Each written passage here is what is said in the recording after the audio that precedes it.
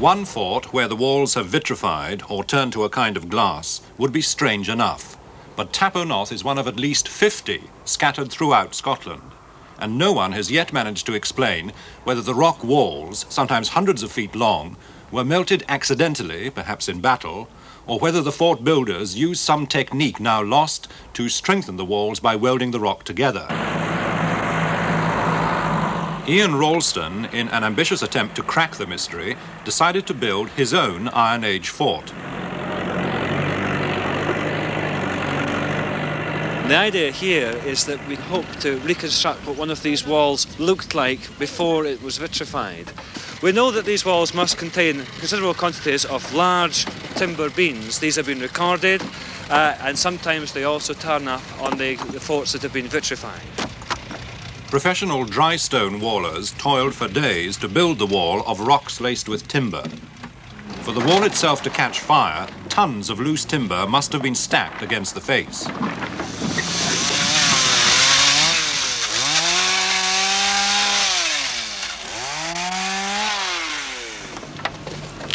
This, as regards authenticity, I think is a very good attempt at one of these walls. Of course, the main thing is it's only part of the circuit of a defence. We've only built something like 6 or 8 metres in length. So it's a part model, but that part, I think, is fairly accurate. Lovely.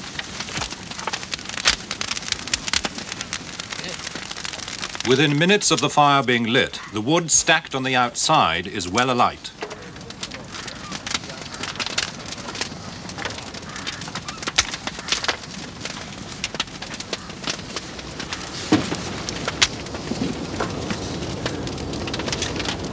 Within an hour, the framework of wooden beams has caught fire, carrying the flames to the heart of the wall. It is here in the centre that enough heat may build up to melt the stones. Outside, they are already beginning to crack.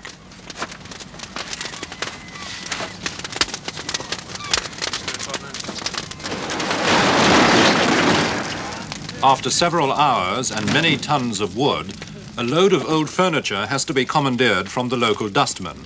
It is the only way to keep the temperature up. Later, yet another consignment of wood, the 6th of the day, arrives to keep the fires burning.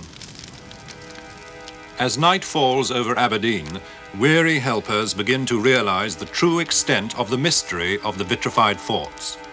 To wonder not only how the fort builders could achieve the searing temperatures needed to melt the rock, but how they managed to drag vast quantities of wood up to the hilltops with only primitive transport.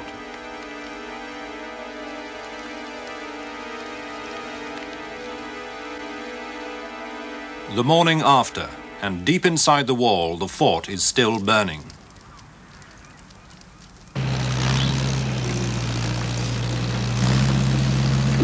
"22 hours after the fire was first lit, it's time to demolish the wall and see whether the stones at its core have melted.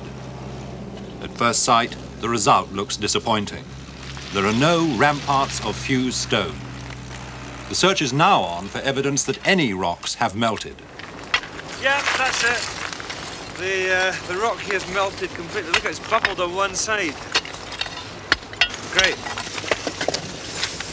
God, it's hot. Oh, some more here.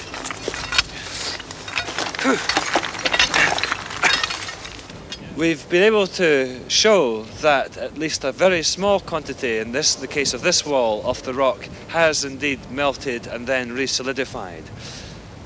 Some of the samples are here, little pieces of rock. We've no great chunks of vitrified material, but here, for example, one with a bit of granite where a lot of material is soldered onto it in this position. And this other one is one which has gone really glassy on the surface, the real vitrified effects. And you see perhaps when we move it round in the light that it catches it on this face.